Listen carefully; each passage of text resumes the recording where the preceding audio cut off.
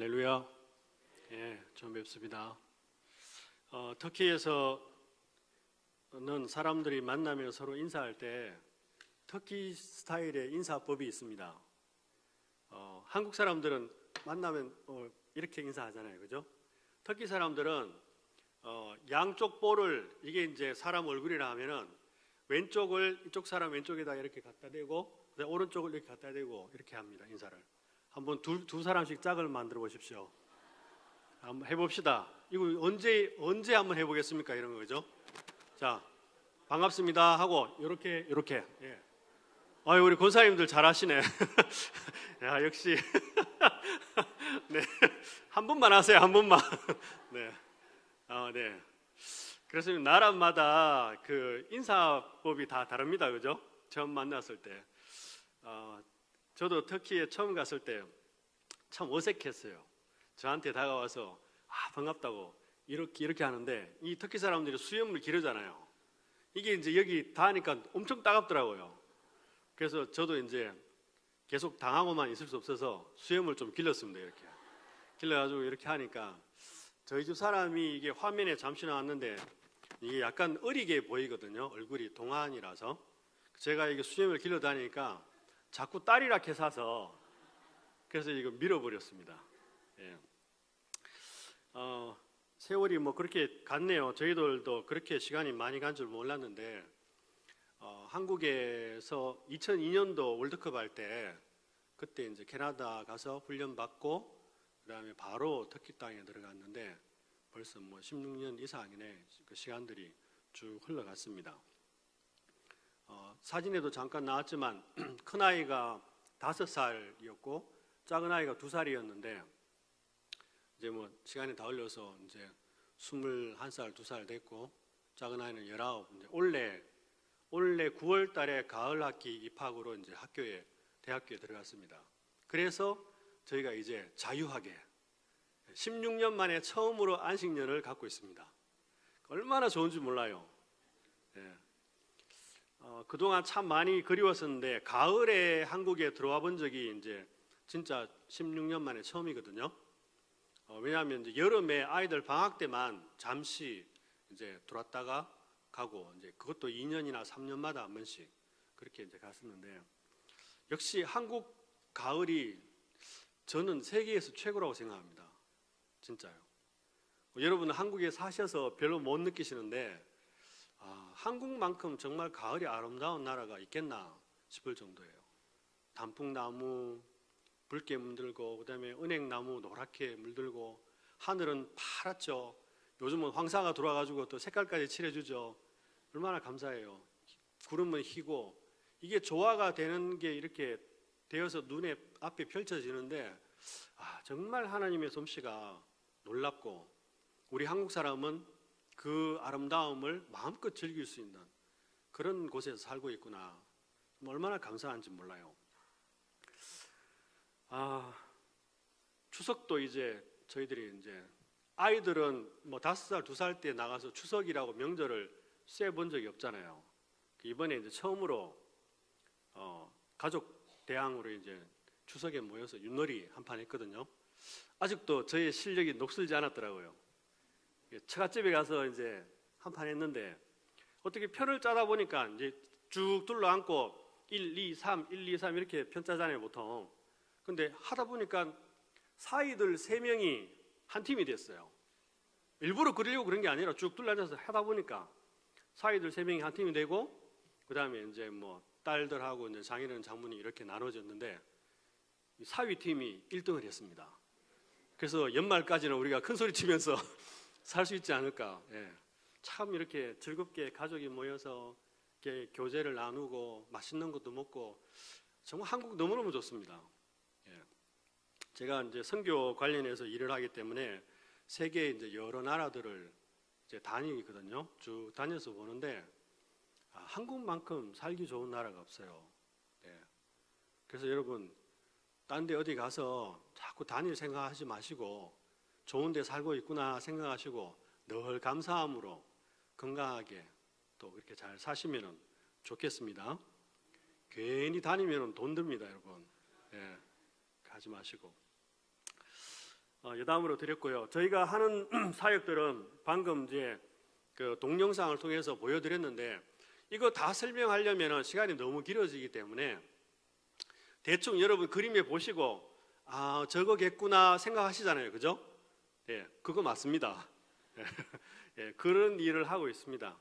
예, 난민 청소년들 그다음에 특별히 시리아에서 올라온 300만 명의 난민들이 터키 땅에 있습니다. 그들을 만나서 이 사람들은 아랍말을 쓰기 때문에 터키 말이 따로 있거든요. 위급한 상황이 되면 저희들이 그 사람들 도와주러 가고 전쟁의 그 와중에도 또 아이들은 새로운 생명들은 또 태어나더라고요. 애 낳는 게 사실 큰 일이지 않습니까? 부인들은 그죠? 말이 통해야 병원에 가서 뭘 하죠. 그럼 저희들이 따라가서 이제 도와주고 또 아이들 다 이제 집에 데려다 주고 뭐 그런 일을 하는 거죠. 저희 아내는 이제 부인들을 대상으로 터키 말, 생활 터키어 가르쳐주고 뭐 한 3년 넘었네요. 그래서 기초적인 것들을 다 이제 공부를 했기 때문에 꾸준하게 이제 터키 땅에 정착해서 자기 나라의 상황이 안정되면 이제 돌아가려고 준비하고 있고 또 여기 터키 있는 동안은 살아야 되잖아요, 그죠? 그래서 사람들이 이제 소위 말하는 3D 직종에 종사하면서 그렇게 살아가고 있습니다. 그런 사람들 대상으로 이제 복음을 전하고 만나고 또 친구가 되어주고 어려운 거 이제 돌봐주고 그런 거 하는 거죠. 예. 뭐 그런 일들을 뭐 사진에서 본 것하고 똑같이 그렇게 생활하고 있습니다. 그런 걸 생각나시는 대로 이 터키 땅에 복음이 편만하게 펼쳐질 수 있도록 위해서 기도해 주시면 감사하겠습니다. 말씀을 통해서 우리가 또 어떻게 하나님의 뜻을 우리가 이 땅에 살아가면서 이루어야 할지를 또 묵상하고 또 함께 상고해 보는 것이 더 좋겠다 싶어서 말씀을 위주로 오늘 또 이 시간을 한번 만들어 봤습니다. 논산에 처음 이렇게 대전에 처음 올 때 대전 하면 생각나는 게 저는 논산 훈련소였어요. 여기서 가까운 데 있더라고요. 그죠? 한 3-40분 하면 가더라고요. 제가 찾아보니까 맞습니까? 예.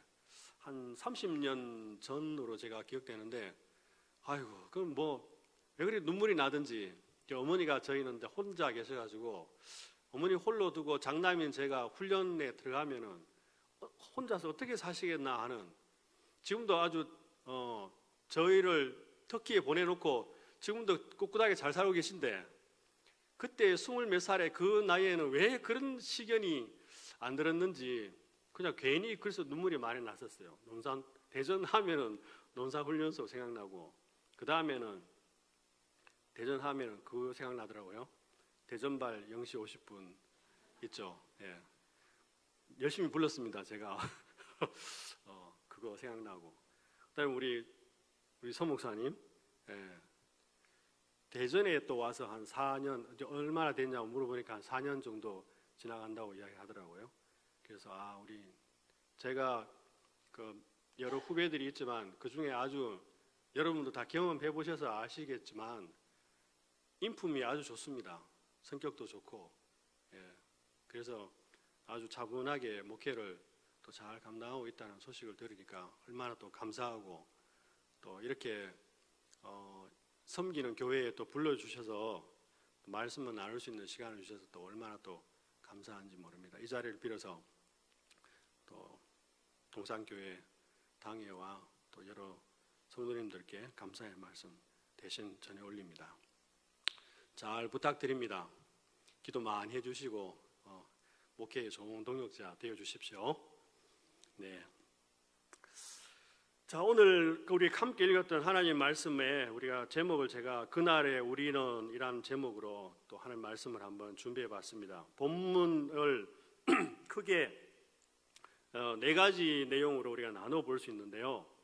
첫 번째는 31절에서 33절까지 나오는 그 마지막 날에 있을 심판에 대해서 다루는 내용이 있고요. 두 번째는 34절에서 40절까지 그 양으로 불려지면서 왕의 오른편에 있는 무리들에 관한 말씀. 그리고 세 번째는 41절에서 45절까지 염소라고 불려지면서 왕의 왼편에 있는 무리들에 관한 말씀의 내용이 있고, 마지막으로 네 번째는 46절 최후에 어떻게 된다라는 최후의 상태에 관한 그런 크게 네 가지 내용으로 본문의 말씀이 구분이 되어 있습니다. 먼저 우리는 오늘 본문을 대하기 전에 관습적으로 우리의 그 지식 안에 자리 잡고 있는 이 선입견 하나를 좀 지워야 할 필요가 있습니다. 그게 뭔가 하면, 왜 그런 거 있잖아요. 양은 무조건 좋은 거다, 염소는 무조건 나쁜 거다, 이렇게 생각하잖아요. 그렇지 않습니까? 양은 좋은 것, 염소는 나쁜 것, 이렇게 생각하는 선입견들이 우리 안에 있다는 겁니다. 정말 염소가 그렇게 나쁜 것이겠느냐 라는 것을 성경 말씀을 통해서 한번 찾아보도록 하겠습니다. 출애굽기 26장 7절 한번 찾아보십시다. 출애굽기 26장 7절.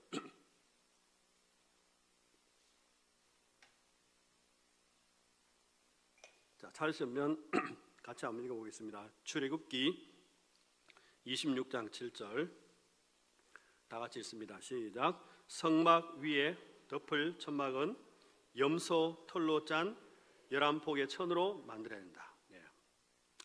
성막 위에 그 성막을 덮는 그 천막을 덮을 천막을 무슨 털로 짠다고요? 네, 염소의 털로 짜서 11폭으로 천으로 만들으라고 이렇게 모세에게 일러주고 계십니다. 하나님께서. 성막은 하나님이 임재하시는 것을 상징하는 아주 중요한 그 처소입니다.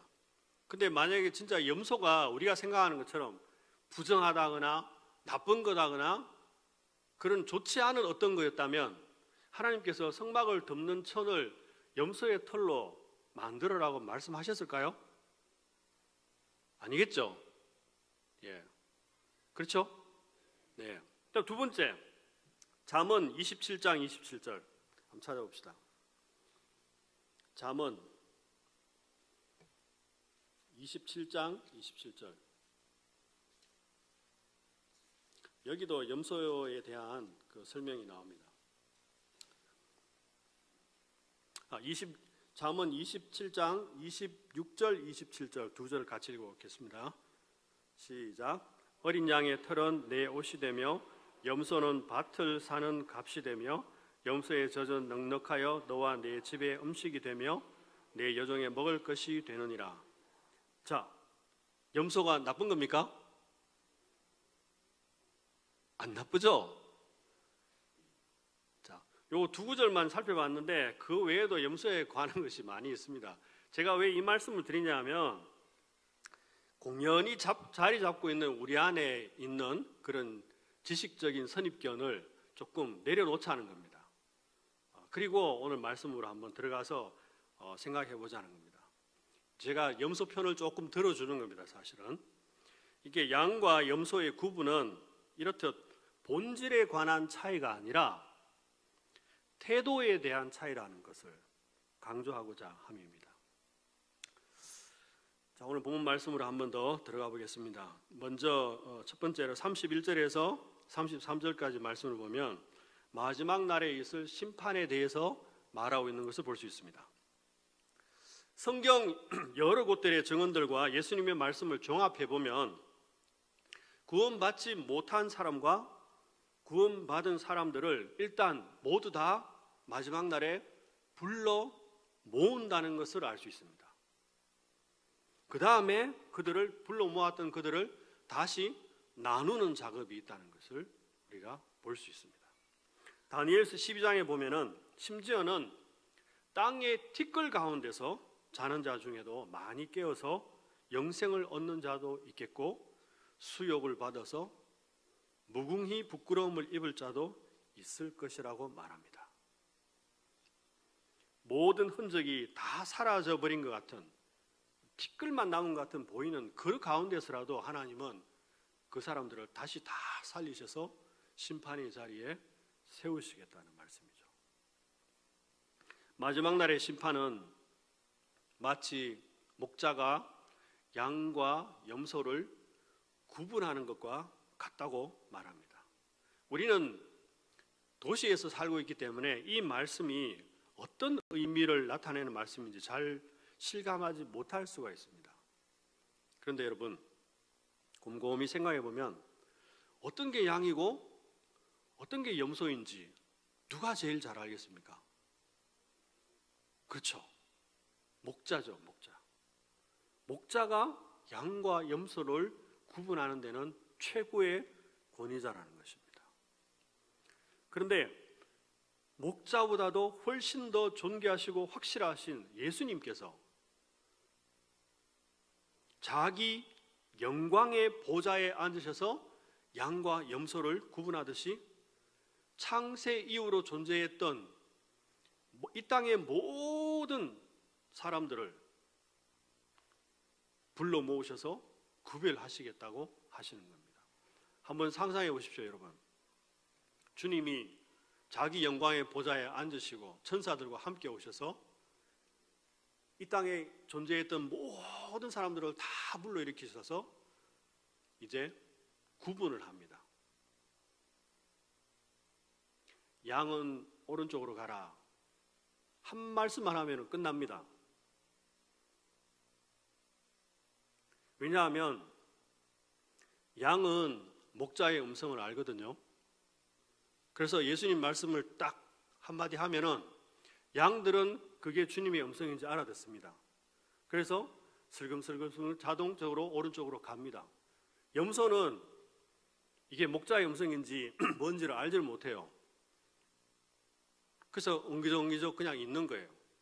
일시적으로는 같이 있어서 구분이 안 됩니다. 그런데 예수님의 말씀이 던져지는 그 순간 엄청난 일이 발생하게 되는 거죠. 양들은 오른쪽으로 가거라. 그러므로 부활은 우리 예수님 믿는 사람에게뿐만 아니라 이 땅에 존재했던 모든 인류에게 숙명적으로 다가오게 될 사건입니다. 그날에 과연 우리는 어떤 모습으로 주님 앞에 서게 될까요? 저와 여러분이 그 날을 준비하는 오늘을 살 수 있었으면 참 좋겠습니다. 두 번째로 우리가 또 생각해야 될 부분이 34절에서 40절까지 있는 양으로 불려지면서 왕의 오른편에 있는 무리들, 그리고 41절에서 45절 염소, 왕의 어느 쪽에? 왼쪽에 있는 무리들. 이들에 관해서 한번 생각해 봅시다. 양으로 불려지면서 하나님 아버지께 복받을 자라고 칭찬받고 하나님의 나라를 상속받을 사람들은 오늘 말씀을 가만히 살펴보면 예수님이 칭찬하시는 내용들을 모두 다 하나같이 부정합니다. 예수님의 칭찬을 부정한다는 거예요. 아이고, 저희가 언제 그렇게 좋은 일을 했습니까요? 아닙니다. 그런 적 없습니다. 그렇게 한 적 없습니다요. 이렇게 말해요. 반대로 염소로 불려지면서 저주를 받고 예수님으로부터 분리되어서 마귀와 그 사자들에게 주어질 형벌인 영원한 불에 던져질 운명에 처한 사람들은 또 하나같이 아이고, 언제 우리가 안 했습니까? 주님께 안 한 적이 없는데요. 참 대조적이지 않습니까? 아이러니하죠. 주님께 칭찬받는 사람들은 저희는 주님께 한 적이 없다고 말하고, 저주받는 사람들은 아니 우리가 언제 주님께 안 했냐고 말하고, 양으로 분류되어 있는 이런 사람들은 어쩌면 오른손이 한 일을 왼손이 모르게 하라는 말씀처럼 자신들이 행했던 선한 일들을 일일이 기억하지 않습니다. 자신을 자랑하며 내세우지 않는 특성이 있다는 거죠. 그런데 염소로 분류된 사람들은요, 이렇게 말하는 거예요. 예수님이 계셨으면 자기들이 잘 섬겼을 것이라고. 그런데 예수님이 없었지 않냐고 그렇게 핑계를 댑니다. 자신들의 곁에 있었던 그 굶주린 자들, 목마른 자들, 나그네 된 자들, 가난하고 병든 자들, 그리고 감옥에 갇힌 자들에 대해서 아무런 관심도 기울이지 않았습니다. 어쩌면 이들은 주님, 주님 이렇게 부르면서 오직 종교적인 활동에만 관심을 두느라 주님이 명하신 서로 사랑하라라는 말을, 그 말씀을 이웃 사람들에게 실천할 생각은 하지도 못했을지 모릅니다. 종교적인 활동에만 관심을 두느라 실제적인 사랑을 하지 못했다는 거죠. 오늘 본문 말씀을 이해하는 핵심적인 열쇠는 사실 40절과 45절에 있습니다. 우리 두 구절 말씀 다 같이 한 번 더 읽어보시겠습니다. 오늘 본문 말씀 40절, 45절 같이 한번 읽어봅시다. 40절, 45절 시작. 임금이 대답하여 이르시되 내가 진실로 너희에게 이르노니 너희가 여기 내 형제 중에 지극히 작은 자 하나에게 한 것이 곧 내게 한 것이니라 하시고, 45절 이에 임금이 대답하여 이르시되 내가 진실로 너희에게 이르노니 이 지극히 작은 자 하나에게 하지 아니한 것이 곧 내게 하지 아니한 것이니라 하시리니. 네. 그렇습니다, 여러분. 지극히 작은 자 하나에게 한 것 또는 안 한 것, 이것 때문에 46절에 나와 있는 영원한 불에 던져지는 영벌을 받을지 아니면은 하나님의 나라를 상속받고 영원한 생명을 누리게 될지를 결정하게 된다는 것입니다. 어찌 보면은 정말 아무것도 아닌 것처럼 보이는 그런 작은 섬김의 태도, 그것이 마지막 날에 엄청난 차이를 드러내는 결과를 가져온다는 것입니다. 여기 방금도 우리가 같이 읽었지만 주님이 이렇게 이야기합니다. 여기 내 형제 중에 지극히 작은 자 하나에게라고 말합니다. 하나. 지극히 작은 자들이 아니고, 이해되시죠? 한 사람을 말합니다. 한 사람. 제가 개인적으로 존경하는 그 여성분이 한 분 계신데, 그 마터 테레사라는 수녀님입니다. 지금 돌아가셨죠. 그분이 인도 캘커타에서 그 수많은 가난하고 병들고 힘들고 헐벗은 사람들을 돌보는데, 그분이 돌아가셨을 때 정말 온 세계의 가난한 사람들이 눈물을 흘렸습니다. 그 마터 테레사 수녀가 했는 말 중에 제 마음에 참 와닿는 말씀이 하나 있어서 제가 지금도 기억하고 있는데요. 그분은 이렇게 이야기했습니다. 나는 대중을 구원하려고 하지 않는다. 오직 한 번에 한 사람씩, 한 번에 한 사람씩 이라는 말씀입니다. 그분은 결코 많은 사람을 대상으로 어떤 큰 프로젝트나 사역을 진행하려 하지 않았습니다.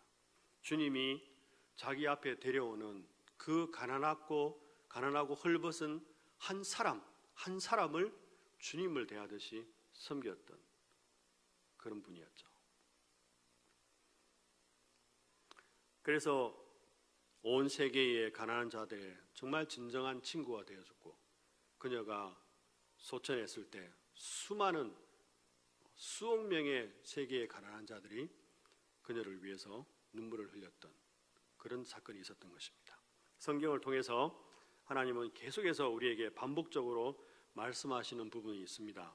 그것은 바로 작은 것에 충성되라는 말씀, 또 작은 일이라고 가볍게 여기지 말라는 말씀, 지극히 작은 계명이라도 행함에 가르치는 자가 천국에서 크다라는 이런 등등의 말씀입니다. 작은 것, 작은 것, 작은 일. 정말 우리가 염두에 두지 않고 생각지도 않고 정말 쉽게 무시해 버릴 수 있는 아주 작은 일, 작은 것. 이것에 주님은 관심을 가지고 계시다는 것입니다. 사랑하는 성도 여러분, 우리는 은연중에 크고 화려한 것을 더욱 좋아하는 그런 세상적인 가치관에 물들어 있지는 않습니까? 역사가 오래되고 또 전통이 있고 사람들이 많이 모이는 그런 큰 교회에 다니면은 마치 자기 믿음도 큰 것처럼 착각할 수 있습니다, 여러분. 그 자기 오류라고 말하죠. 또 그런 교회 다니면서 직분도 있고 봉사도 많이 한 사람들이 스스로 생각하기를 나는 직분도 있고 또 남들하고 다르게 봉사도 많이 하고 헌금도 많이 하고 하기 때문에 나는 믿음이 큰 사람이지 라고 스스로 속을 수가 있습니다, 여러분. 그러나 하나님은 사람의 마음 중심을 살피시는 분이십니다. 지극히 작은 자 한 사람에게 어떤 태도로 임하고 있는지를 살펴보시는 하나님이십니다. 세상 사람들은 무시할 수 있는 그런 사람들에게 우리가 어떤 태도로 다가가는지를 하나님은 보고 계시다는 거죠. 양처럼 선한 마음으로 이웃을 돌보며 주님을 따라가는지 아니면 그들을 무시하며 살아가는지를 주님은 보고 계시다는 것입니다. 예루살렘에서 여리고로 내려가는 길에 강도를 만나서 정말 거의 죽게 된 자가 쓰러져 있는 것을 보고도 이스라엘의 종교적인 지도자들은 그리고 제사장과 레위인들은 그냥 지나갔습니다. 누가 그를 돌봤습니까? 네, 그 사람이 우리는 선한 사마리아 사람이기 때문에 그 사람을 돌봤다 이게 아니고 그 사람이 원래부터 선하기 때문에 그렇게 했다는 것이 아닙니다, 여러분. 그건 해석이 잘못된 거고요. 사마리아 사람임에도 불구하고 거기 왜 예수님이 사마리아 사람이라고 그 사람의 그 정체성을 그렇게 규정했겠냐는 겁니다. 사마리아 사람이 누굽니까? 바로 이스라엘의 정통 제사장과 레위지파 사람들로부터 비난을 받던 부류의 사람들 아닙니까?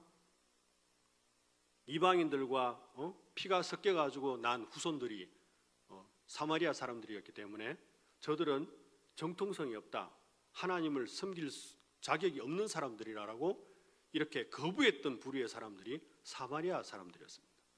그러나 그 누구도 아닌 그 사마리아 사람이 강도 만나 쓰러져 있는 사람을 주님의 마음으로 돌보았던 것입니다. 그 사람이 바로 너의 이웃이라고, 그렇게 해라고 주님이 말씀하신 거죠. 우리는 우리의 생활 주변에 이렇게 쓰러져 있는 수많은 사람들을 발견할 수가 있습니다. 우리가 다니는 길가에서, 우리가 출근하고 퇴근하는 그 길에서, 우리가 직장으로 또 가정으로 돌아오는 그 여정에서, 또 우리가 즐겁게 가족들과 함께 좋은 시간을 보내러 들어가고 나오는 그런 자리에서조차도 우리의 도움이 필요한 자들을 쉽게 우리가 발견할 수 있습니다. 그럴 때 우리의 마음은 어떠해야 될까요? 주님은 그것을 보고 계시다는 사실을 우리가 기억해야 할 것입니다. 선교지에서 제가 복음만, 터키에 살기 때문에 복음만 주구장창 전하고 이런 게 아니라 가끔씩은 저도 시간을 내서 성경에 나오는 이 터키가 여러분 창세기부터 시작해서 요한계시록에까지 나오는 지명들이 터키 지역에 쫙 퍼져 있습니다, 여러분. 몇 가지만 예를 들면 이방인 가운데 이방 땅에서 최초로 세워진 안디옥 교회, 오늘날 터키에 있습니다. 베드로가 직접 예루살렘으로부터 올라와 가지고 동굴에서 예배를 집전했다는 장소가 지금도 터키에 있습니다, 여러분. 그리고 바울과 바나바가 처음으로 복음을 전하기 위해서 배를 타고 떠났던 그 부두가 지금도 터키에 있습니다. 창세기에 그 에덴 동산 가를 흐르던, 조금 이따가도 말씀 나오겠지만 에덴 동산 가를 흐르던 네 강이 있죠. 아시죠, 여러분? 창세기 2장에 나옵니다. 빗손, 기혼, 그 다음에 기떼겔, 유브라데, 이렇게 네 강이 에덴 동산 가를 흘러갔는데 지금도 흘러가고 있습니다. 그 중에 적어도 두 강이 지금도 흘러가고 있습니다. 그 노아의 방주가 걸렸던 아라랏산, 터키에 있고요. 그 다음에 요한계시록에 나오는 그 7 교회들, 터키 땅에 있는 교회를 말한 거죠. 예. 그리고 사도 요한이 계시록을 썼던 반모섬, 지금도 터키에 있습니다. 또 사도 요한의 무덤까지도 터키에 있습니다, 여러분. 우리는 모르는 사이에 고백하고 있었던 사도신경 있죠. 사도신경 어떻게 시작합니까? 예, 전능하사로 시작하죠. 예, 그래서 사도신경의 고백의 내용들이 언제 어떻게 완성되는지 여러분 아십니까? 잘 모르시죠? 그래서 이건 여러분 부끄러워할 일이 아니에요. 저도 잘 몰랐습니다. 근데 터키 가서 살면서 보니까 그게 주요 골자가 터키에서 있었던, 그 당시에 비잔틴 제국시대에 있었던 7번의 종교 회의를 거쳐서 그 사도신경의 주 뼈대가 완성이 된 거예요. 예수님은 100% 하나님이시면서 100% 인간이시다라는 그 신앙의 카테고리가 결성된 것도 바로 그런 7차례의 회의를 통해서 결정이 된 겁니다. 예.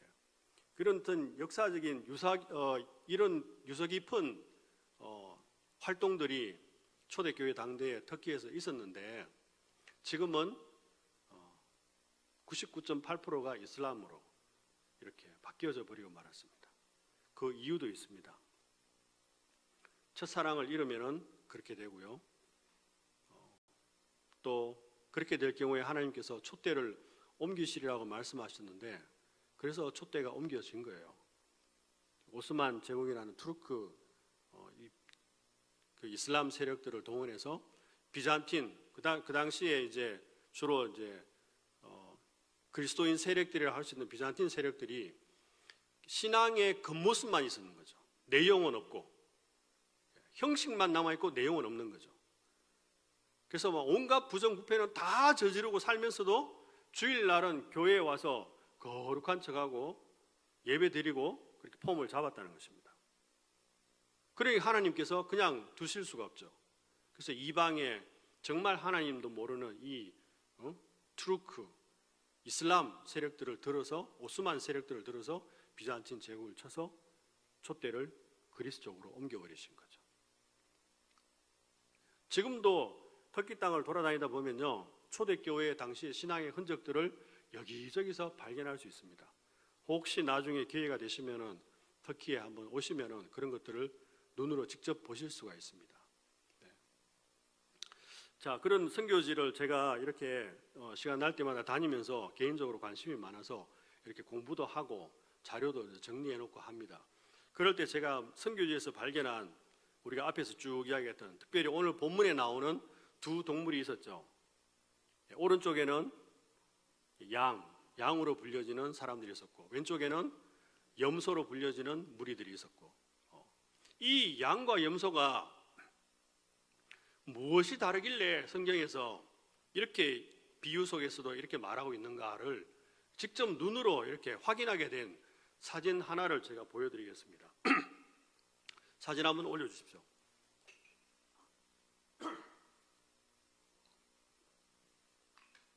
여기 여러분 사진에 잘 나타나 있는지 모르겠습니다. 이건 에덴 동산가를 흐르던 이 네 강 중에 히데겔이라는 강에서 제가 찍은 사진입니다. 이렇게 여행을 다니는 중에 갑자기 양떼들과 염소떼들이 제 앞에 나타났어요. 밑에 이 강 보이죠? 요게 이제 히데겔 강인데 오늘날 이야기하면 티그리스 강입니다. 티그리스.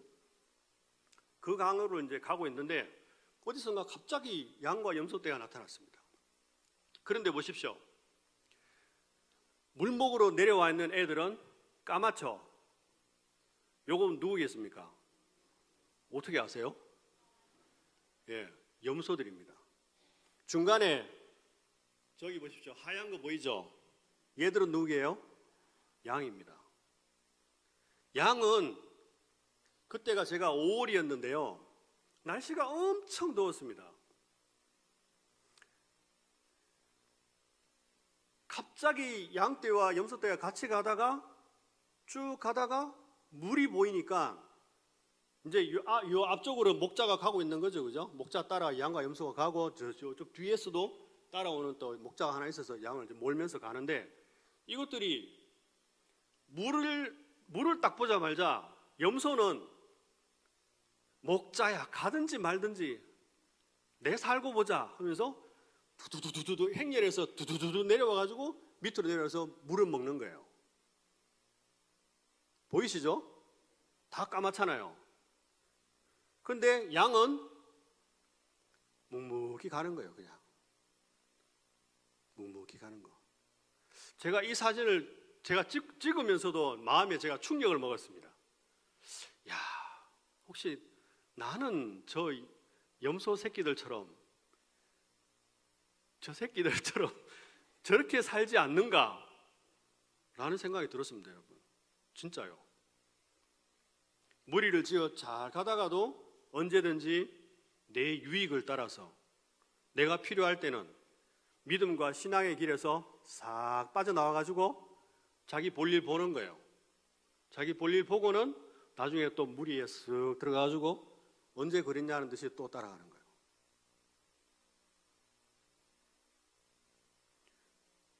내하고 좀 비슷해요. 예, 숙덕숙덕 하시는 분들이 많은데 이게요, 양하고 염소의 차이가 이렇게 나는 거예요, 여러분. 예, 참 희한하죠. 이 동물들 가운데 이렇게 차이가 나요.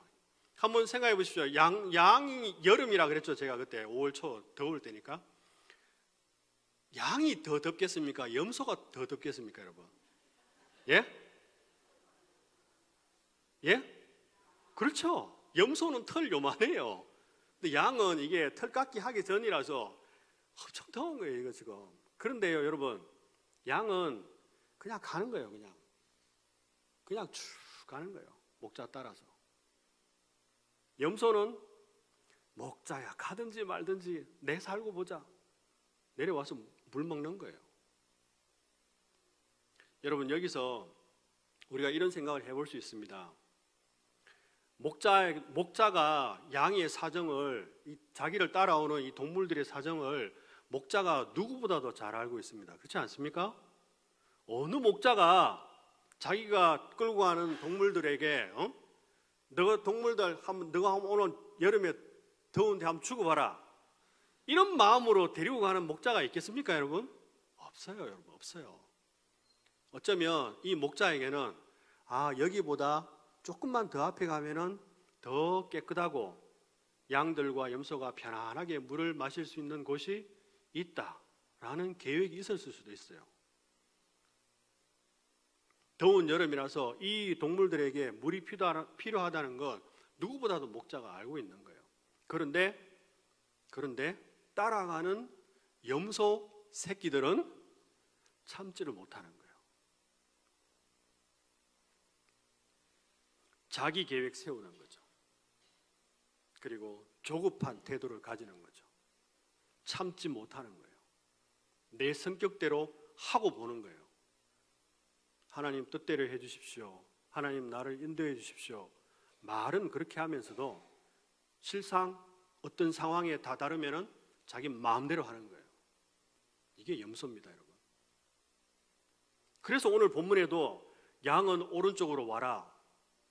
왜 오른쪽으로 오겠습니까? 목자만 바라보고 끝까지 순종하면서 힘들고 어려워도 끝까지 목자만 따라가는 양과 같은 부류의 사람들은 왕의 오른편에 영원한 생명의 잔치에 들어가는 겁니다. 끝까지 주님과 함께.